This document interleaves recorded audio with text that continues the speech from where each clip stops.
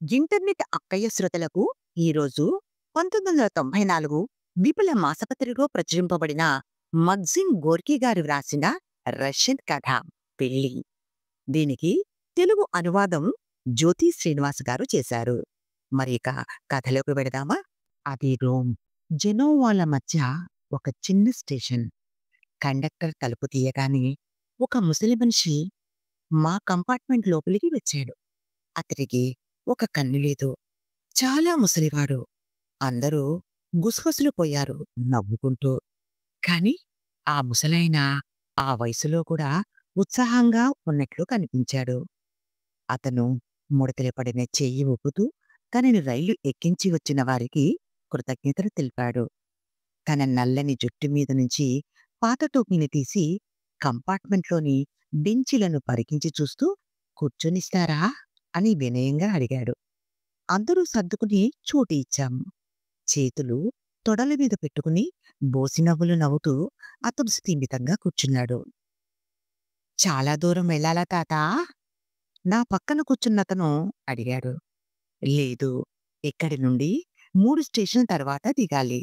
నా మనవడి పెళ్లికి వెళ్తున్నాను, తాత జవాబిచ్చాడు. కొన్ని నిమిషాలు తన తొడ మీద దరువు వేశాక తన కథ చెప్పడం మొదలుపెట్టాడు. తుఫానులో గాలికి ఊగుతున్న విరిగిన కొమ్మలాగా ఉన్నాడతను. నేను లిగూరియన్ని. మా లిగూరియన్లు చాలా దృఢమైన వాళ్ళం. నన్ను తీసుకోండి. నాకు 13 మంది మగపిల్లలు, 4 ఆడపిల్లలు. ఎంతమంది మనవలు, ఎంతమంది మనవరాలు ఉన్నారో నాకే తెలీదు. ఇప్పుడు పెళ్ళయ్యేది రెండో మనవడికి. తమాషాగా లేదు? తన చురుకైన ఒంటికన్ను చూపుతో గర్వంగా మమ్మల్నందర్నీ చూస్తూ నిశ్శబ్దంగా నవ్వాడతను. చూడండి, మా రాజుకి, మా దేశానికి నేను ఎంతమంది పౌరులిచ్చానో!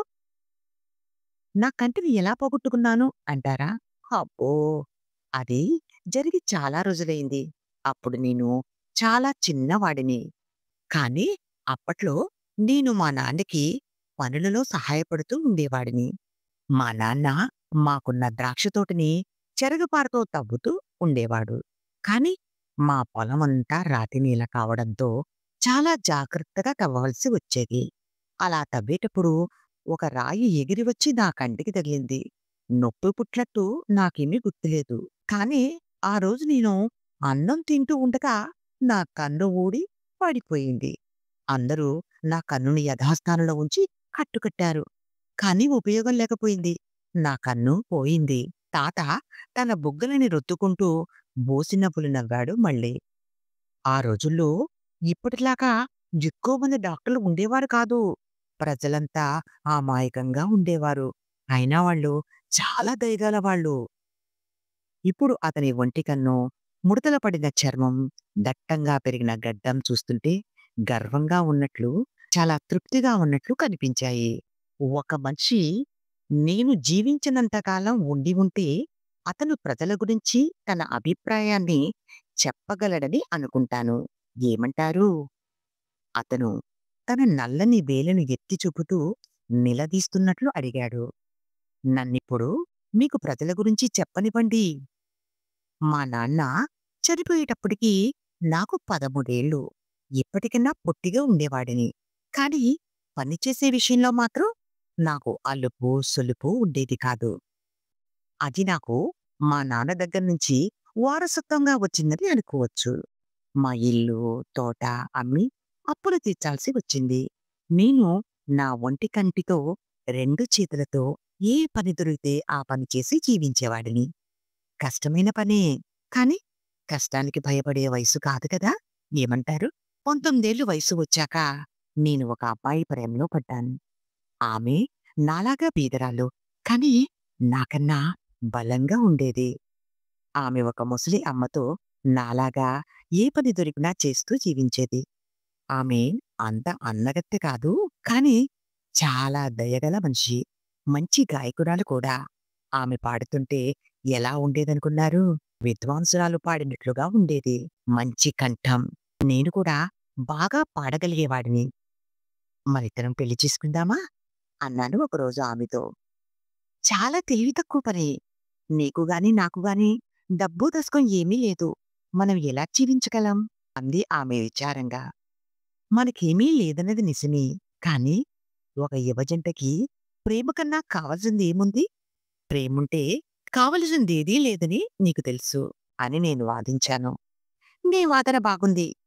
మన భూమి తల్లి మనకిప్పుడు సహాయం చేస్తుంది కదా! మనం కలిసి జీవించేటప్పుడు సహాయం ఆమెకింకా సులువవుతుంది అంది.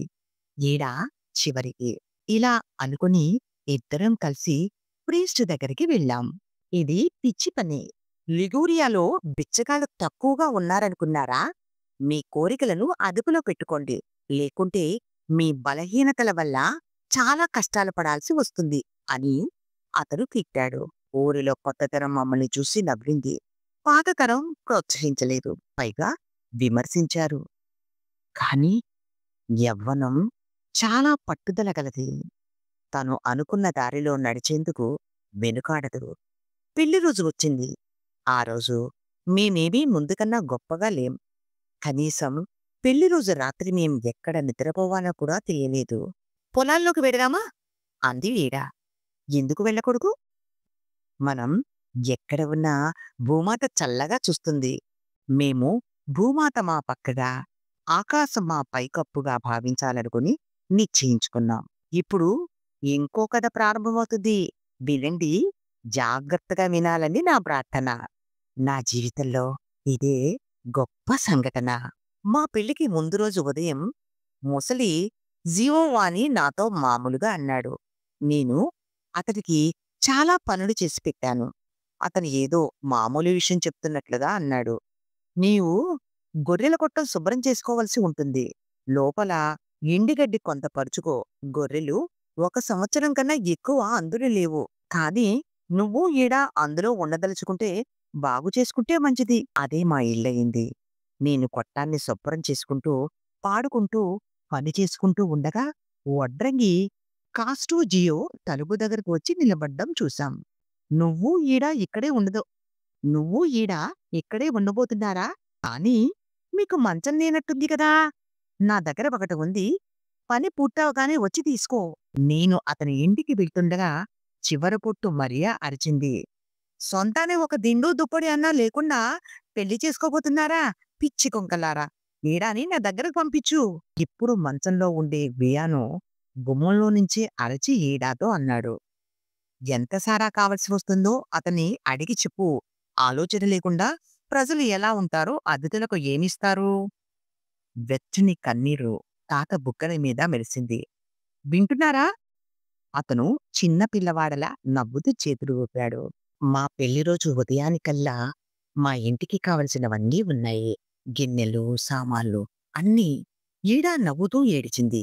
నేను కూడా పెళ్లి రోజు ఏడవకూడదని తెలిసినా ఏడుపు వచ్చింది. అంతా మమ్మల్ని చూసి నవ్వారు. మమ్మల్ని సొంత వారిలాగా భావించుకోవడం మంచిది. మీ జీవితంలో ఎవరికైనా హాస్యాస్పదం కాదో వారిని మీ సొంత పిల్లల్లాగా భావించుకోవాలి. అది ఎంత మంచి రోజో! ఎటువంటి పెళ్లి రోజు!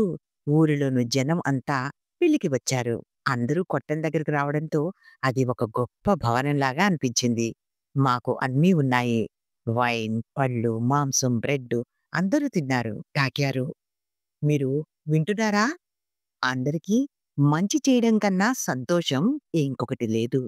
నన్ను నమ్మండి. అంతకన్నా మంచి పని, అందమైన పని ఇంకొకటి లేదు. ప్రీస్ట్ కూడా వచ్చాడు. చాలా మంచి మాటలు చెప్పాడు. ఇక్కడ ఉన్న ఇద్దరూ కూడా మీ అందరికీ పనిచేశారు. ఈ రోజు వారి జీవితంలో మరుపురాని రోజుగా ఉండేందుకు మీరు చెయ్యాల్సిందంతా చేశారు. అదంతా మీరు మీకు వాళ్ళు చేసిన పనికి సంతోషంగా చేశారు. అంతేకాదు, పని అనేది బంగారం, వెండి కన్నా విలువైనది. మీరు పనిచేసి తీసుకునే ప్రతిఫలం కన్నా విలువైంది.